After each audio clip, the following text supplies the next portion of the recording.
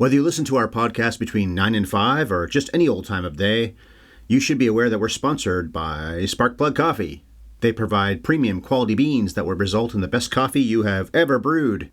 Just don't put any rat poison in it. Sparkplug is convenient and affordable, especially when you think about how much more you're paying if you're a regular at the takeout place. Plus, Sparkplug is just better than that stuff.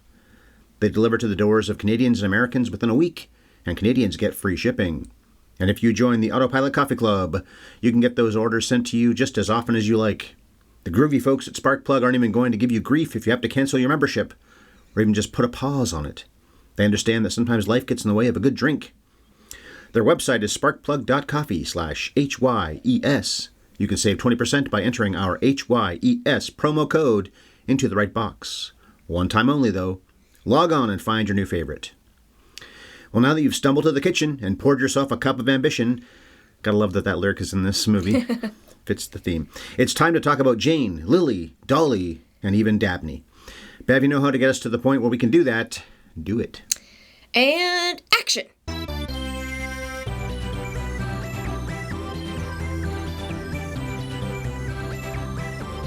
Have you ever seen 9 to 5? Well, hi, friends and neighbors, and thanks for dialing up episode number 661 of the Classic Movies podcast called Have You Ever Seen?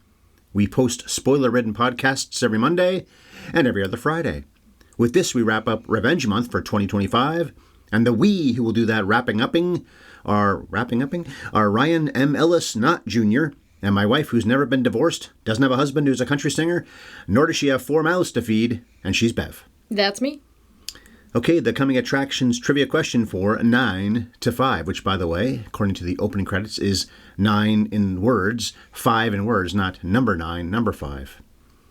Although it looks wrong to me, but that's what it says, and I like to go by what they... Wikipedia, it's the numbers. I know, same with IMDb, but that's what it says on screen. I like to go by what is actually in the movie on screen.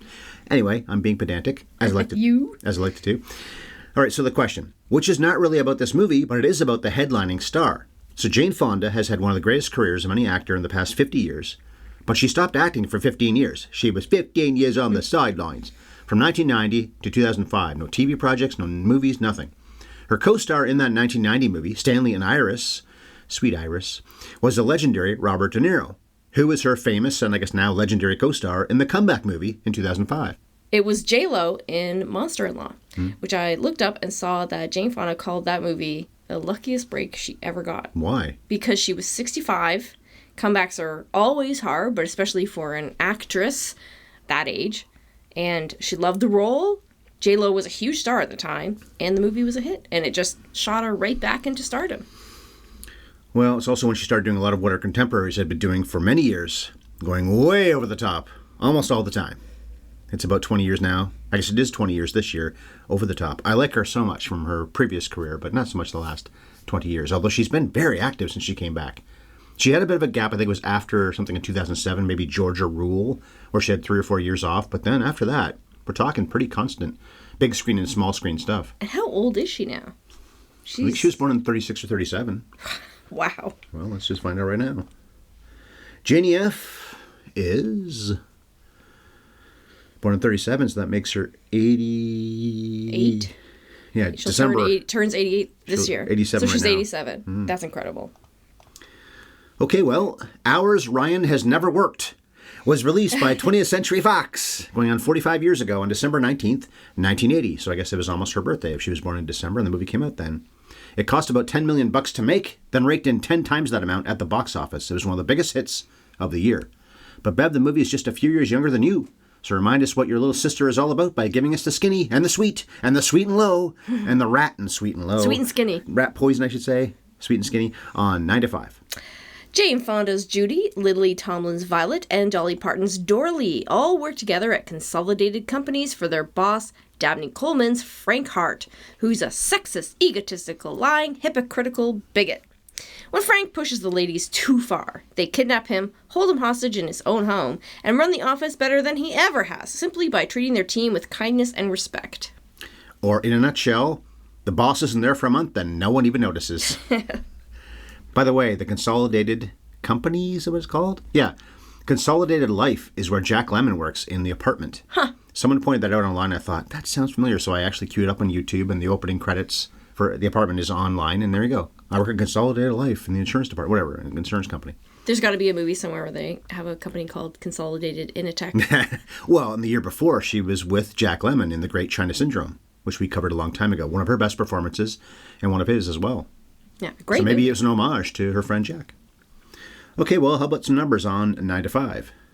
69% of critics, 69, like the film, 70 fresh, 31 rotten. The average is 7 out of 10, so that's right in line, 69% and 7 out of 10. And 74% of audiences. This was number 2 at the 1980 U.S. box office. The Empire Strikes Back was number 1. Ordinary People was 11th. We covered that. That was the Best Picture winner. And The Shining was number 14, one of your favorite movies. There were 7 comedies in the top 10 at the box office in 1980, which never happens now. Big year for laughs. That was pretty typical, though, back then. Or even just high-concept movies that had laughs, like Back to the Future in 1985 was number 1. Not a comedy, but a funny movie. Or Pulp Fiction, when it was one of the top, maybe not top 10, but or Forrest Gump. Funny movies, but not comedies. I think, in fairness, if you talk about a movie like Inside Out, Minecraft, which is going to make bank this year. Okay, yeah. These are funny movies. We're stretching the premise. Yeah, well, this is supposed Guardians to be... of the Galaxy, I find one of the funniest Marvel movies there is. Iron Man is hysterical. But we're talking about movies that are supposed to be comedies like 9 to 5, though, that were back in those days, often in the top 10. This is listed as a cult film on Wikipedia. It's one of the last parts of it in the opening little bit they always do on Wikipedia. And I thought, can the number 2 movie of the year be considered a cult film? I don't think this is a cult film. No, that's inaccurate. That's a stretch. It's a pretty mainstream movie. Yeah, exactly. Very mainstream song. When it plays on my phone, I like to hear it. I like Dolly Parton. Well, she was nominated for Best Song at the Oscars that year. She did not win, though. Fame won, the song from Fame, so I'm Gonna Live Forever. And she hugged Gore and Pitchford on their way up to the stage that night. At least I think it's her. Blonde with big hair. It's not the best video, but it's got to be her. Very gracious. Dolly's such a wonderful person. We'll get to that later. She was up for 3 separate Golden Globes for this movie as well. The title song, Best Actress in a Comedy, and Best New Star. This was her debut movie. This is 78th, or I guess was 78th on the Top 100 Songs list. Over the Rainbow was number 1. And it was 74th on the AFI's Top 100 Laughs. Some Like It Hot was number 1. And it was nominated for the Top 100 Cheers. So this was your first time seeing this, right? No, I've seen it before. Oh, I forgot if you had or not. All right, well, then your thoughts on 9 to 5. So this movie has 2 big things going for it. It has some really cathartic fantasy fulfillment based on relatable and common grievances. And it has just this boatload of charm, thanks mostly to the 3 stars. Actually, mostly to Dolly Parton. Right. But the 3 stars have great chemistry together. Really, it's 4 stars because I think Dabney Coleman is the perfect heel. He is. The story is ludicrous and far too plotty, and it demands suspension of disbelief that I think weighs it down. Kind of has tone problems. It just goes too far. But what a joy. Truly a delight to watch. You know why there's tonal problems is because the original concept of this is that they do try to kill him on purpose. And I'm not sure how it would have ended in the original concept, but he probably would have died. This movie was going to be very serious. It was a revenge movie. This is Revenge Month. But in this, we go for more farcical, and that's why it gets more silly as it goes along. I just read basic parts of the reviews through Wikipedia. They did say that it has major tone problems. I would agree with that for sure. Yeah. Jane Fonda, this was her baby. She came up with the idea to make a movie like this about women in workplaces. Her first intention was to make a serious film. She said there was just nothing they could write that didn't end up getting preachy. So she got the idea to turn into a comedy. Then she recruited Lily Tomlin, who she wanted to work with for some time, and it works great as a comedy. You gotta poke fun at this. You laugh at power, right? We didn't really laugh very much. I snickered more than you did, but I don't think either of us was going, oh, I don't laugh like that. What am I doing? But I did not, and you didn't laugh like that pretty much at all in this movie. Even though I like the story, and the performances are very good, but it isn't that funny. Maybe in 1980 it was, and I may not have guffawed very much, but I definitely found it thoroughly amusing from beginning to end. You saw Best Little Whorehouse in Texas with me years ago. I forget when it was. It was a long time ago. We were at a cottage. Maybe 10 years ago. 10 years ago, yeah. And that is Colin Higgins. He's the director. That's his follow-up movie to this. And he also did Foul Play. He only made 3 movies, and he died of AIDS in the late 80s. I don't know Foul Play as much as I know these 2. I've seen this at least twice, maybe 3 times. But I am a big fan of Best Little Whorehouse in Texas with Dolly Parton again. And I've seen it many times. My sister and I watched it when we were kids. We probably shouldn't have, but we did. It's not that lewd for a movie that's about that topic, actually. And that's a musical. Pretty sure we laughed at that. And this is the guy who wrote Higgins on Harold and Maude and also Silver Streak in the 70s. Silver Streak was a huge hit. And I think Foul Play was, too. And Harold and Maude is a classic. maybe he's more of an amusing comedy writer and director than he is an actually funny one. And the funny thing, too, is that you said Jane Fonda's Baby, as was China Syndrome, I believe. On Golden Pond was a stage play, but I think she's a big reason why I got to the big screen with her father in the main role, Katharine Hepburn, and so on. I think she shepherded that as well. And then recruited Dabney Coleman because of this project. And then he's a nice guy. One of the rare nice guys he's ever played was in that movie. And I'm not sure exactly if she got Dolly Parton, and Lily Tomlin, you said she wanted to work with her. Tomlin showed the talent we saw in Nashville, and she's always had, obviously. Dolly, we didn't know what she could bring. They didn't know what she could bring to the screen because she hadn't done it before. But the least interesting role of the three of them is Jane Fonda's. Yeah, in some ways it's fine, but she's it's kind of the lead because she's the cipher. The movie starts with her, and it's about her it's entering really this balanced, company though. and discovering how the three of them everything have works. about the same amount of screen time. Agreed. Lily Tomlin, who is a great comic actress, she's not all that funny in this movie. She doesn't really get to be funny. I say Dolly Parton has the best, right? And she nails it. You know, every single review I read of this movie starts and finishes by talking about how great she is. I watched the episode of Siskel and Ebert where they talked about it, and they just couldn't shut up about what a movie star she is. This was her first film, and she just comes out guns blazing and proves to everybody that she has the charisma to carry a movie on her own. And the best little whorehouse in Texas, she's the lead in that movie. So with Burt Reynolds, With Burt Reynolds, sure, but she takes this big step up. She hasn't done a ton of acting in her career. Only about a dozen credits. Yeah. She's played herself in lots of things, but in actual, I'm playing a character type thing like this, Best Little Whorehouse, Straight Talk, there's not that many other credits, though, beyond those. Oh, and Steel Magnolias as well. She's part of the ensemble there. She apparently memorized the whole screenplay because she didn't know that movies were made out of sequence. Generally speaking, they almost always are. Which, of course, we talked about this when we did Dogma, the Kevin Smith movie, that's what Jason Mewes did. But by then, he knew how movies were made. He'd made a few with his buddy Kevin, but it's because he didn't want to make that Rickman dude mad. I wasn't either, buddy. So he knew everybody's lines, which I guess she did too. I'm a little bit surprised that her as a new actress, because I think you see this with Mewes in one of the other movies, is not mouthing along with the dialogue. Jane's saying blah, blah, blah, blah, blah, and she's doing it in sequence knowing, okay, I got to come in at this point, because people have done that before, especially when they know the whole screenplay like she apparently did. And Jane and Lily didn't laugh at her, but had some fun at her expense that she memorized the whole screenplay. I guess she'll learn not to keep doing that. But, you tell the story like it's this embarrassing thing. But it's not embarrassing. It's not embarrassing. I think it reflects the kind of person who becomes not just as successful as Dolly Parton has, but as enduringly successful as Dolly Parton has. She's considered one of the greatest songwriters in history. Well, she obviously has the work ethic, and she obviously is never going to half-ass anything, and that's a great example of her not knowing how things work, so instead just over-preparing to the nth degree. I'd rather that, yeah. That tracks that she would be that way. She's also like Robin Williams in that she's always trying to make things better for people. When you see what she puts online, she's a great charitable person, but isn't doing the, hey, look at me type stuff. And I forget when it was exactly, but within the last few months, her husband died. Carl Dean, she'd been with him forever. He was never in the spotlight the way that she was. And I'm sure she's grieving and mourning, but she's such an upbeat person. I bet she probably wanted to help somebody that day. Somebody would say, Dolly, what can I do for you? I'm fine, can I help you out? But you're the one who just lost your husband. I don't know if I can think of one person who is more gifted at deflecting, taking an awkward question or situation and making the perfect joke that leaves her completely absolved of any weirdness, of any awkwardness or cringe, and just helping everybody move on, whether it's the millions of jokes she's gotten about her body and being a blonde and all that. It takes a lot of money to look this cheap. Yeah, exactly. Or the ways that people have over and over tried to get her to commit to one or the other side of politics and join the war, the bipartisan war in America, and she's always managed to avoid that whole mess, and I respect it so much. She truly has a gift. She does subvert the dumb blonde trope. She's certainly not the first actress to do it. There's plenty of movies that we could use examples of the dumb blonde proving everybody wrong. But I like that she starts out as the office... Supposedly the office slut. Hart is spreading the rumor. But everybody believes it simply because she's hot and she has big boobs. But as soon as they discover that that's not true, they team up with her, and she's a very valuable part of their little trio. Vi is the one that didn't start the rumor, I don't think. No, because he did. But she has perpetuated it, and then as soon as she finds out it's not true, the three of them are a team right away. They were going to go to have drinks before Judy came along. Judy went with them because she's mad that her friend got fired for just talking about Hart. Roz, the office stooge, is the one who told Hart about that, so then that girl gets fired, and Judy goes with them, and that's why they team up.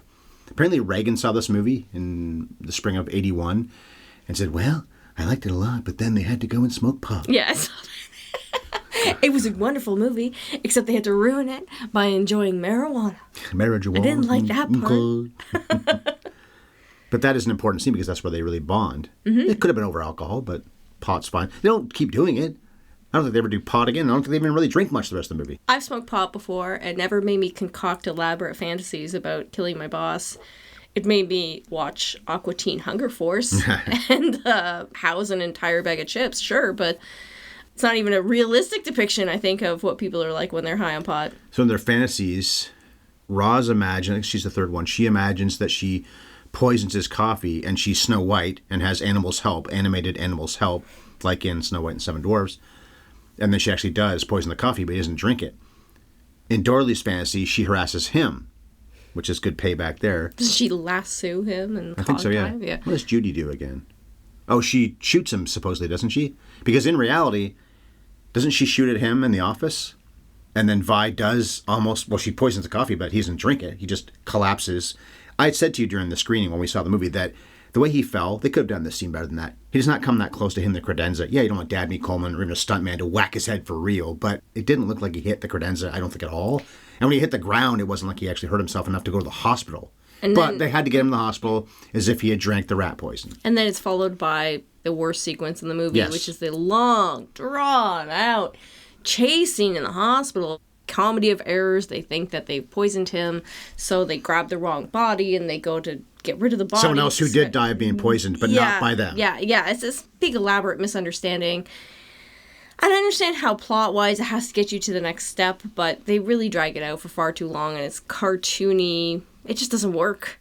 I agree with that. Well, maybe it was similar to the joke in Friends about Three's Company. This is one about a misunderstanding. Oh, I've seen that one.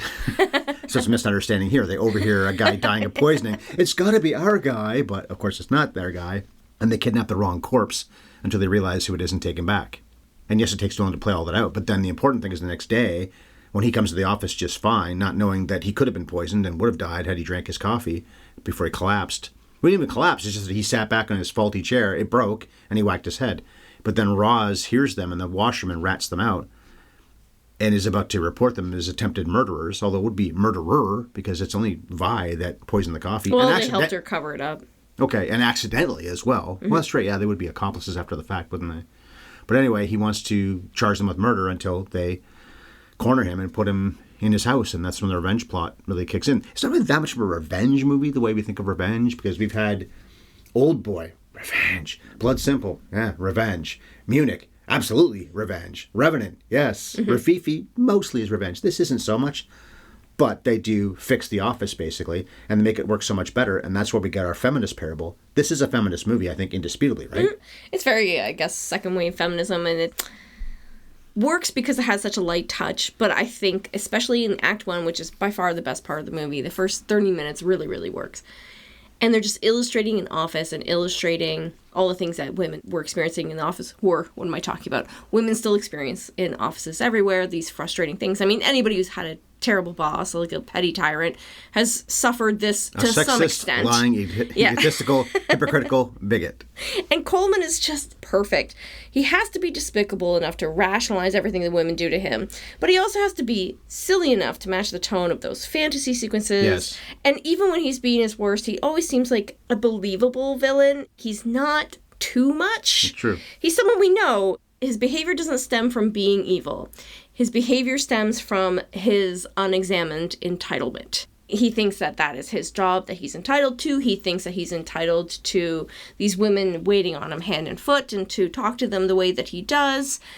It's just such a familiar experience. Have I ever experienced that boss? Exactly, no. But has a man asked me to get him a coffee when it's definitely not my job to get him a coffee, and he would never, ever ask one of my male colleagues to do the same thing? Yeah, 100%. That has happened to me. So I guess it is Dora Lee's responsibility, but not Vi's, right? Yeah, and Vi, she's not his equal technically, but she could have and probably should have had his job. She trained him. She trained him, that's right. And she's better at the job than he is. She should have had that promotion. And you get the impression that he probably does that to rub her face in it a little bit and remind her where her place is. You know what it is that works too is the frustration of the impotence of their rage. They just have to put up with him. That's a feminist thing, but it's also universal. Don't you feel that feeling? Yeah. I do. Yeah, exactly. We won't get too personal who's on this had a podcast. crummy boss can kind of relate to the impotence of their rage. So it's painted in this feminist light, and it shows these women who are competent, who work together. I like that there's not cattiness. They introduce the dumb blonde who's supposed to be sleeping with the boss, but they end up working together with her because they realize very quickly that they've been lied to and that he's the real enemy. And anybody who's watched the most recent season of White Lotus, there's the 3 women, and it kind of bugged me, that whole plot line, the notion that all female friendships are actually catty deep down, when that's just, in my experience and most women's experience, absolutely not true. Not that there's not cattiness, but the women actually work together really well. Everybody in the office, but not just these 3. Everyone in the office does, except for Roz. But we all know a Roz, too. It's not like she's a hard-to-believe character either, that she's a little ass-kissing toad that will do anything he says and rat out her friends. Well, that's not even like a gendered thing necessarily either. We all know somebody like that. Part of what makes the feminism work is that it's just so grounded in reality for a pretty fantastic film that goes right off the rails. Fantastical film. Yeah, it feels real. Look at me correcting you. But you used the wrong word. Actually. So. Well, where's the wrong one? What about the sequence when Judy struggles with the copier? Now, she's new at doing this, so it does make some sense. I'm sure it was hilarious 45 years ago. Then she gets so good at it pretty fast, apparently. But then also, Hart berates her for it, for being bad at it. So it makes her feel even worse. Crying on her first day. But it's important, too, that when they go for that drink, however many days into her experience of being there that is, I don't think it's supposed to be right away, but whatever. Maybe it's a few days in, I don't know. That they all say when they're having the drink at the bar, they can't just quit. We've all heard that before. Well, if you hate it so much here, then just quit. That's so much easier to say for almost anybody, especially if you're like me or you who've been in a job for so long. I'm in my 50s now. You're almost there. Hey. No, it's true, I am. I'm in my late mid-40s. But when you're younger like these people, well, she got divorced, meaning Judy. She needs the job because she needs to make some money. She never did before. Vi's supporting 4 kids because her husband died. And Dora Lee is helping her husband as well because he's got a job that isn't... He's a country singer, I guess, right? And she becomes one at the end. The end credits point that out. She becomes a country singer. Judy marries the Xerox guy. Let's see if that lasts. And Violet is promoted to being vice president, finally. I really don't like that Judy's story ends in a romance. She doesn't seem like she wants a man at all. Her actualization is when her husband comes and says, oh, things didn't work out with my secretary who I left you for. And God, maybe the most cathartic moment in the whole movie is her telling him to get out of here. Buzz off, Buster. Buzz off, Buster. Yeah. He's like, I made a mistake. And he comes back with that whole attitude of, well, she'll take me back. He doesn't even worry that she's going to say no. He's not on his knees. He's just like, oh, that was a mistake. Anyways, where were we? And she kicks him out because she's gained all this self-confidence because she realizes she doesn't need him. She realizes that he disrespected her. So for her story to end in a romance is actually kind of disappointing. Well, also he cheated on her, too. It wasn't just that he left her for other reasons. He thought he was going to get away with it. You know, he's another cad who's just entitled to doing whatever. I'm just saying that you make it sound like he wasn't a great guy. Well, he cheated on her, so that's far worse than if he had just left her because he was tired of her or something like that. I said he left her for his secretary. Okay, yeah, all right. But had been sleeping with her before that. Missy, Hart's wife, loves him, thinks the world of him, has no idea that he's cheating on her, or trying to at least with Dora Lee, and I think has been cheating on her with other people. Certainly would, tries to blackmail Dora Lee for sex when he finds out about what they were going to do to him by covering up. Well, Vi would have killed him if he drank the coffee, and they would have helped cover it up. So his whole thing is to blackmail her into having sex, and that's when she ties him up. That's what starts all this. It's Dora Lee, understandably, who puts all this in motion when they take him to his house. Now, of course, they put him into a hang glider suit? Yeah. And then a garage door opener's involved in all that. I don't know how he can't somehow get his way out of that when they leave to go to the office. He could easily get out of it 100 ways. He has like a month to figure something out. And they're gone all day. He can shave. You tell me he can't figure out how to turn that razor into a way to cut himself out of that hang glider suit? You could argue that they let him shave when they're there and then they take all the stuff away from him.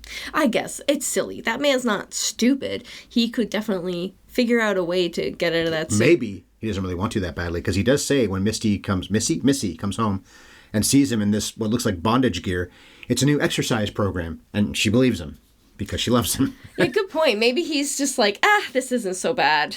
This is the worst thing that's ever happened in the history of the world, but I actually do like it a little bit. It is where the movie gets silly, where we're supposed to believe that they get away with this for so long. If it was a day, I'd be like, okay. But it goes on and on. It's a bit of a stretch. And that's because they got to wait on some invoices to come from the fraud he's been committing by selling consolidated property. But Vi finds out that's going to take 4 to 6 weeks. They also send away Roz. She goes to, was it France or? Yeah, French exchange. Some kind of French thing she does, yeah. I don't know if it's France, but she goes on some kind of French thing. Because when she comes back, she says, holy merde. Maybe the last line of the whole movie is that line. Yeah. And if you know what merde means in French, then we swore a little bit there, but not really. This can still be a G-rated episode. Pardon our French, literally. Or PG, exactly. Holy merde. But he apparently did sell the property, kept the money, and then I guess bought it. Well, he does admit he bought it back at an expense to do that, so it could go back in the warehouse. And no, I didn't do anything wrong, boy, because he gets out for a few days and they don't know he's out. Why wouldn't they have gone to feed him? He's been out a couple of days. Then why didn't they go to feed him? They did. They were there all the time. They were taking shifts. But he's been free for 3 days doing this, and they didn't know that he was buying back inventory. Stop overthinking it. Now, what do you make of his fate at the end, which is, I mean, it's a funny bit of writing. He goes to Brazil, and he's abducted by some the Amazonians. Yeah, the Amazonians. But it's supposed to be, you did such a good job, we're sending you to Brazil. Yeah, the chairman of the board. Would have been Violet's fate. Had she gotten the promotion that she wanted, and she turned the office around, she would have been the one in Brazil getting abducted by Amazonians. Sterling Hayden is the chairman of the board, and he thinks that this guy's been running the office this way, and it's his policies, the flex hours, sharing a job share program there. The daycare thing. Everybody seems happy. Productivity's up 20%. All of this is wonderful. He thinks that's because of Hart, so you're getting promoted. The chairman of the board is not punishing him. Yeah. He's been in Brazil too, and now you're going to come with me. This is a good thing, except it isn't a good thing the way it ends for this guy. And you're right. Had it been Vi, like it should have been. Although Amazonians, does that suggest a bunch of powerful women and they took this guy to be a sex slave? Now, we found out since that Lily Tomlin is a lesbian, so she maybe wouldn't have been too... She would have joined their ranks, cut her boob, left boob off. They cut off one of their boobs so they could arch for bow and arrow. She would have been right there. She maybe would have been fine with that. When I see Amazonians, I'm thinking that's what they mean. Unless you just mean people that live in the Amazon. I didn't even put that together, Amazonians. But yeah, maybe that's a subtle little nod that a group of super tall warrior women took him hostage. And when they talked about making a sequel to this, which was discussed many times over the years and still is, Jennifer Aniston's trying to make one now. I guess she'd probably play, I would think, Judy. Well, it's funny because she's one of the horrible bosses in Horrible Bosses. One of the many it's certainly influences owes a debt to this movie. Yeah. But when they talked about doing a sequel, they wanted Dabney Coleman involved. And they didn't say he died in the end credits. It's just that he was never found again. He could be found in the end. I don't know how you'd bring his character back and how it would make any sense, except he's not gone from the company, is he? So I guess the chairman of the board could, go back and work in, it's supposed to be California. I think it's supposed to be L.A. They shot in San Francisco and L.A., and apparently a lot of the exteriors are clearly San Francisco, if you know San Francisco that well.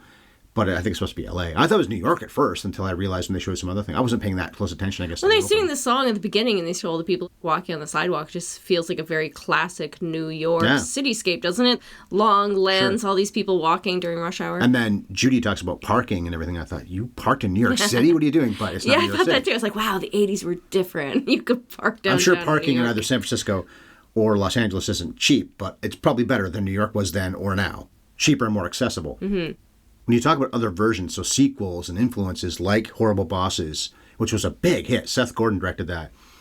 Working Girl, later in the 80s, is a similar type of theme. I think a much better movie. I covered that a couple years ago. The Devil Wears Prada. They're going to do a sequel to that, apparently. Meryl will come back as well. Dolly, not just Dolly, but they made a musical with her involvement in the late 2000s, which eventually played on Broadway. There was a TV show too, wasn't there? And there was a TV show in the early 80s, not long after this came out. Rita Moreno was the Tomlin character, and Valerie Curtin was the Jane Fonda character, and Dolly's sister played Dora Lee. Oh, wow. So there have been all kinds of influences from this movie, and Aniston apparently is going to make something happen. She's trying to, anyway. I mean, there's always going to be a market for people who hate their jobs or frustrated with the way the world works. So we wouldn't care about the daycare thing, obviously. You and I wouldn't. More money or equal pay for women is very important, granted, but I'm a guy, so I can't really comment on that. But the thing I like the best, I'm answering my own question here, is the flex hours. Because as a shift worker, I work 8 hours a night. I start at 11 on paper. Well, really earlier, but anyway, I start around 11 and I stay till around 7. I've been doing it a long time. I can live with that. We used to work shorter hours. That would be nice if I could do that again, but fine. But there are plenty of times I've said to you, I'd like to just start now, get it going. And if I could leave at 5 in the morning, maybe, when I get really tired, start at 9, go to 5. Or maybe one night, okay, we've had dinner, I'm leaving right now. I'll get there for 7:30 and I get out of there by 3 in the morning or something like that. The flex hours thing would be nice, I think, more than anything else that they institute. For me personally, what about you? Well, my job is so dependent on working with other people. And mine's not, yeah. So I just don't see how it could possibly work, because if I worked 8 to 4, there would still be people that would need things from me after 4 o'clock. And if I started at 10, there could be people who needed something from me between 9 and 10.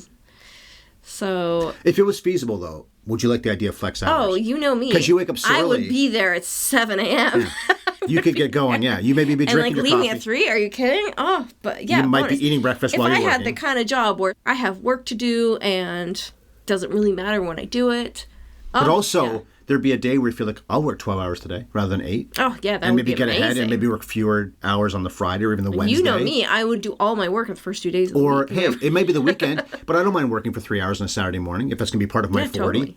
Oh, how nice would that be? Or my thing where my hours are so different from yours, our living hours, basically our sleeping hours. It could be a matter of, maybe tonight, for example, you'll go to bed and I might work on the podcast for an hour and a half or something like that. That's not work, I know, it's our hobby. But put in an hour and a half there where you're not up anyway, and then I maybe go do something else for a little while, watch a movie, relax on the couch.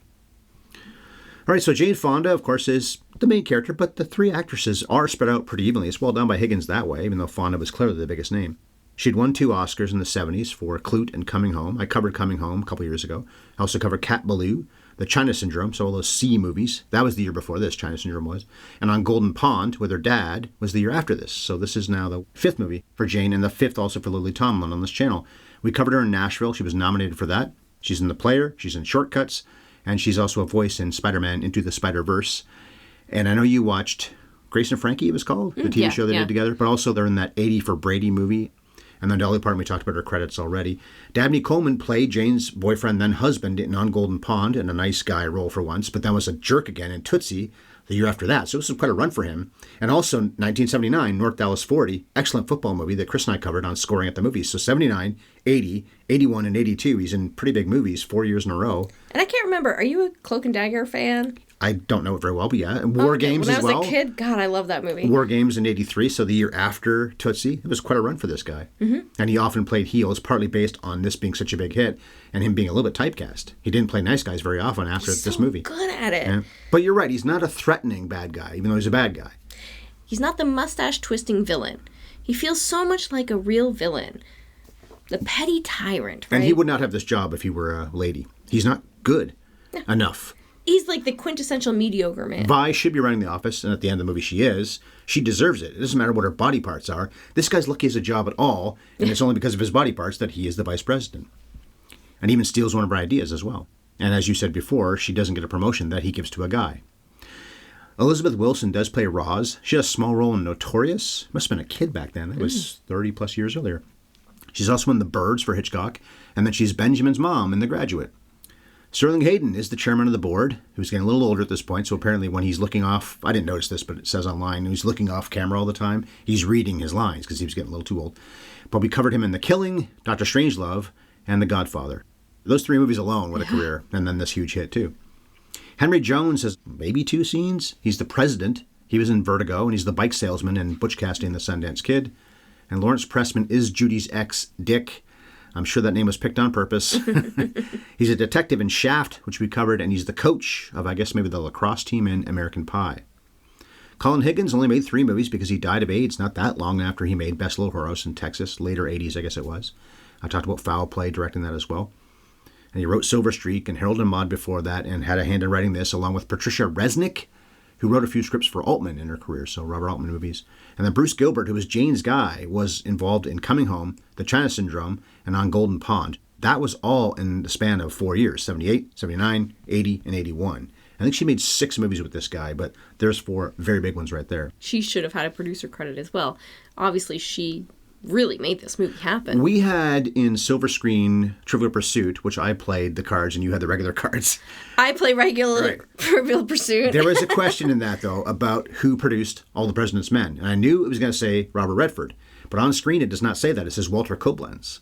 So Redford, yes, I'm sure he produced it, but he didn't get credit that way. Somebody much had a like Jane Moops Fonda with this style argument over that trivia card then. Moops. Yeah. Sorry, the cost says Moops. The movie's 185-1. It's on Disney Plus. There's film grain, but otherwise it's a pretty great print. It's pretty clean. Cinematographer Ronaldo Villalobos also shot Lucas, Major League, and Love and Basketball, which I covered with Chris on Scoring at the Movies, all three of those sports movies. And he started directing TV somewhere in there as well. So not just shooting things, but directing. I think all or mostly television shows. The cutter was Pembroke J. Herring. What a great name. We've talked about him before because he cut Out of Africa, which I just covered recently, and Groundhog Day. And he also cut all three of Higgins' films, so Foul Play and Best Little Whorehouse in Texas. And the composer, Charles Fox, worked with Fonda plenty of times in her career, but also did Foul Play for Higgins. And Six Pack, the Kenny Rogers racing movie on Scoring at the Movies, we covered that a couple years ago. And I believe I also read that he did the score, or the themes maybe, for Happy Days and Laverne and Shirley and stuff. Oh, wow. So what a career, even the movies alone. But if he worked on those TV shows, something else. So what'd you think of the look, the cutting, and the music, which I do not remember at all right now, other than 9 to 5. The technicals are highly adequate. Right. It's nothing that really blows your mind. It has great production design, feels like real office. I like the costumes. I wish the editing had been tighter. I don't know that the editing could have saved the movie, but it certainly could have saved a couple of scenes that go on for far too long. Yeah. Some critics really didn't like this stuff, but I really enjoyed those fantasy sequences, and I really like that they get very out there and very creative. I thought they were just total joys to watch, so the technical acumen it took, especially to do the animated Snow White sequence, it looked like a movie that had money, I'll put it that way. Yeah, it wasn't cheaply made, that's true. It is made by Fox, it shouldn't have been, and Jane Fonda is a huge name. By the way, that song, 9 to 5, I said it's in the mid-70s. Was it 78 or 74? It's like one of her all-time biggest hits, isn't it? 78th on the AFI's list. I'd put it in the top 50 at least. A, it's a good song, and B, it really applies to the movie, which is important, I think, too. Yeah. It's an iconic song, really. You hear those opening bars, and you're in it. Well, apparently what she did was she was tapping out with her fake nails as if it's the sound of typewriters, then dang, dang, dang, dang, dang, dang, dang, dang, and it really does fit.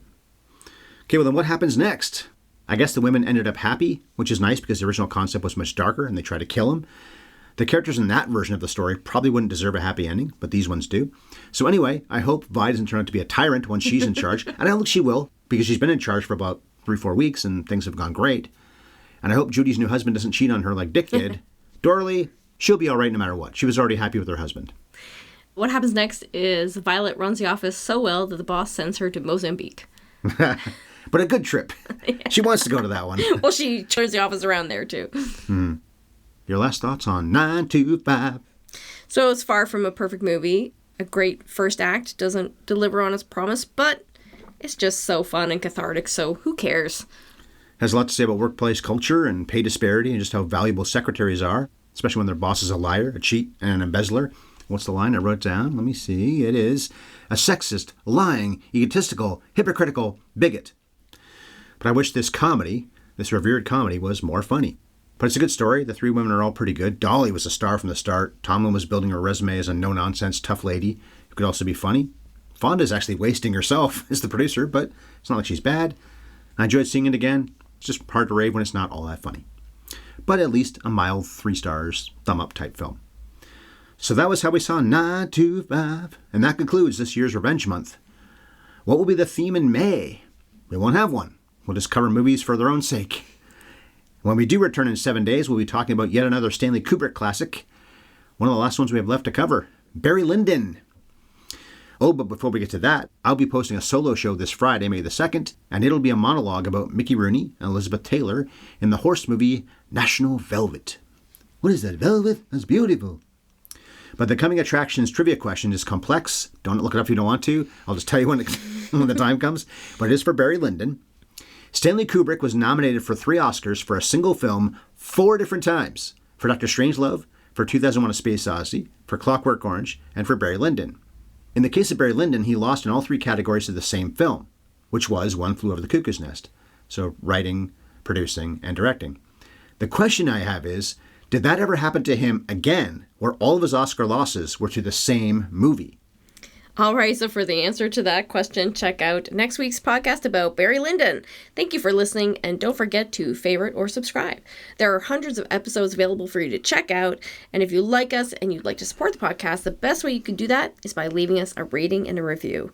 Another way to support us, and a great small Canadian business that we genuinely use and love, is by going to sparkplug.coffee/HYES for freshly roasted premium coffee, and that HYES will get you started with a 20% discount. You can also find us on YouTube. Our channel is at HYES Ellis, and we'd love to hear from you guys. There's a few ways to reach us, starting with Twitter. I'm at Bev Ellis Ellis. Ryan is at MovieFiend51. We're also on Blue Sky. You can find us as Bev Ellis Ellis and Ryan-Ellis, and our email address is haveyouveurseenpodcast@gmail.com. Happy Vengefulness. I'm sure we'll do this again next April, another revenge month. We've done it, I think, 3 years in a row, where we pick movies where people make other people suffer, and then they sometimes get their way. Not always this month did they get their way in the end. Sometimes they suffered worse than those they try to make suffer, but in this case, it all worked out. Fun! And cut.